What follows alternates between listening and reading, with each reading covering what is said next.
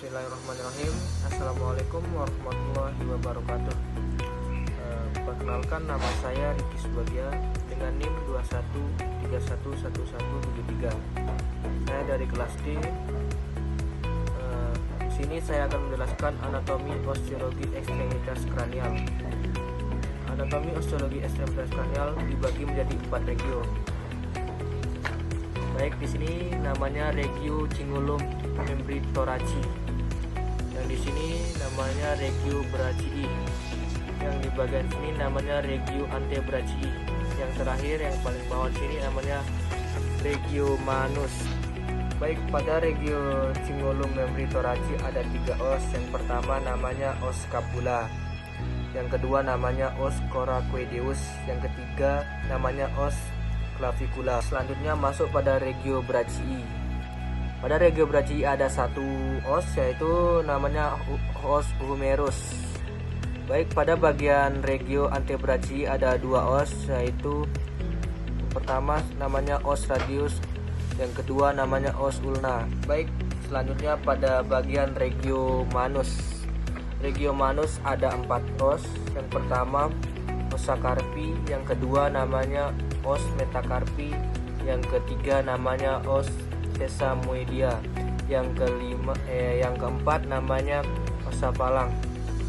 Baik, masuk pada bagian proksimal dan distal pada regio cingulum brachii thoraci yang tampak lateral. Pada bagian proksimal, pada bagian sini namanya cartilago scapula. Setelah itu pada bagian sini namanya fossa supraspinatus.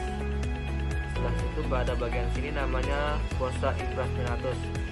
Yang menonjol di tengah sini namanya spina scapula atau bisa disebut spina scapularis.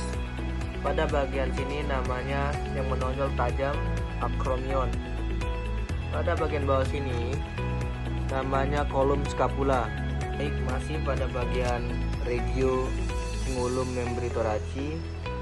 Pada bagian sini namanya fascia serrata. Pada bagian sini namanya fossa subscapularis. Setelah itu pada sini yang ada panahnya ini namanya capitas clagoendales. Pada bagian sini namanya tuberculum supraguendales. Yang ada panah di bawah sini namanya processus gragoideus. Yang bawah sini namanya incisura glanoidales. Baik, masuk pada bagian regio brachii, pada bagian os humerusnya. Di bagian sini namanya crista humeri.